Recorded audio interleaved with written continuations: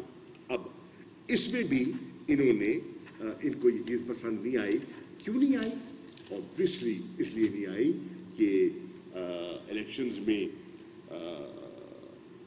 من پسند نتائج یہ ہمارے ملک میں ایک رواج ہے, بن چکا ہے بدقسمتی سے. 70 کے بعد جتنے الیکشن آئے ہیں کسی نہ کسی نے ان پر انگلی اٹھائی ہے, گلا کیا ہے.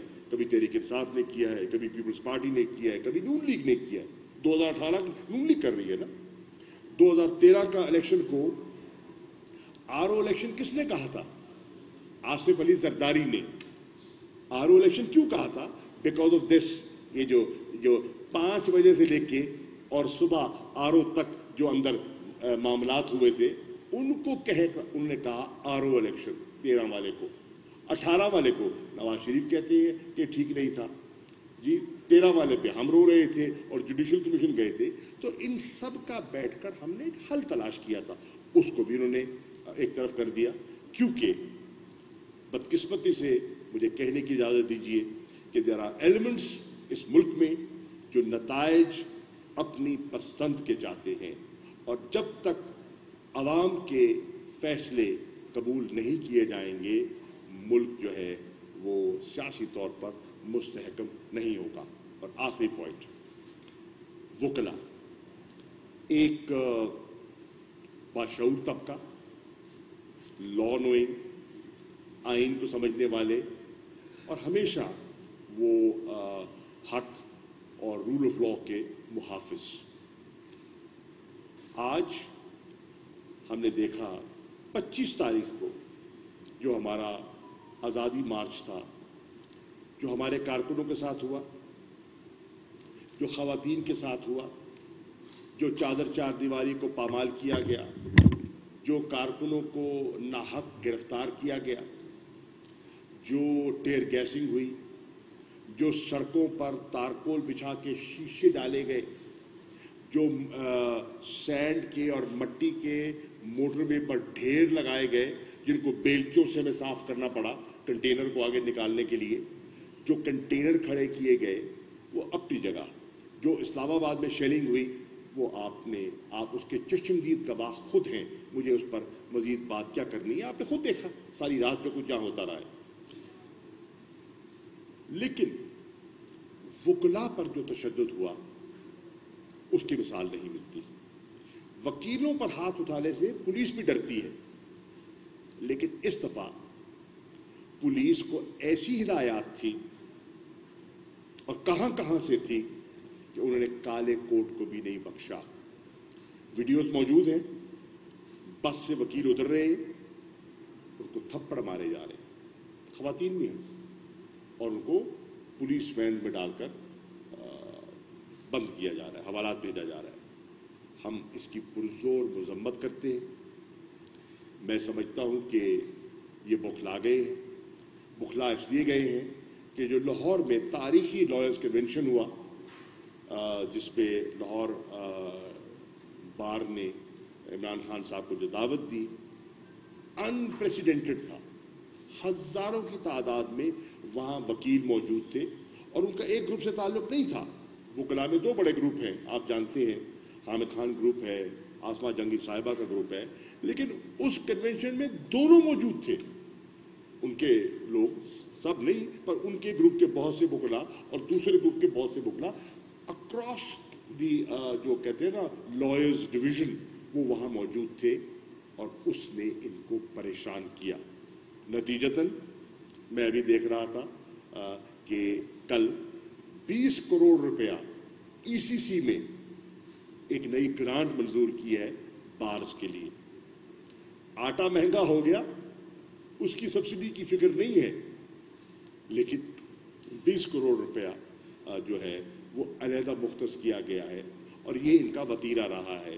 خرید و فروخت کی سیاست ان کا ترہ امتیاز ہے, اور اس کے خلاف قوم سینہ سے پر ہے۔ میں اپنی بات ختم کرتا ہوں۔ کل ہماری کور کمیٹی کا اجلاس تھا اور کور کمیٹی کے اجلاس نے جس کی صدارت عمران خان صاحب نے کی، ہم نے فیصلہ کیا ہے کہ انشاءاللہ ہماری جستجو اس ملک میں انتخابات کے لیے اور شفاف انتخابات کے لیے جاری رہے گی انشاءاللہ۔ Thank you. صاحب ایک تاثر جو ہے وہ چند دن سے یہ آ رہا ہے کہ جیسے آپ کے اور مسلم گروپ کے رابطے ہوئے اور کل ایک مبینہ طور پر آڈیو لیک سامنے آئی ہے، تو یہ بتایا جا رہا ہے کہ کون سی آڈیو لیک؟ جس میں کوئی بزنس ٹائکون ملک ریاض اور آصف زرداری کی گفتگو ہے۔ میں اس کا جواب دے دوں، اس کا فوری جواب لے لیں۔ بے بنیاد، ڈاکٹرڈ، اور ہم اس کو تسلیم ہی نہیں کرتے۔ عمران خان صاحب کی کل کی پریس کانفرنس اٹھا کے دیکھ لیجئے، جو ان کی ویوز ہیں ان کے بارے میں، وہ کسی سے ڈھکے چھپے نہیں ہیں۔ سوال ہی پیدا نہیں ہوتا کہ عمران خان صاحب کسی ٹائکون سے گزارش کرے کہ میری آصف علی زرداری سے کوئی رابطہ کروا دو یا کوئی ہماری انڈرسٹینڈنگ کروا دو۔ سوال ہی پیدا نہیں ہوتا۔ میں as vice chairman of the party کہہ رہا ہوں، دس از ایبسولوٹ نان سنس۔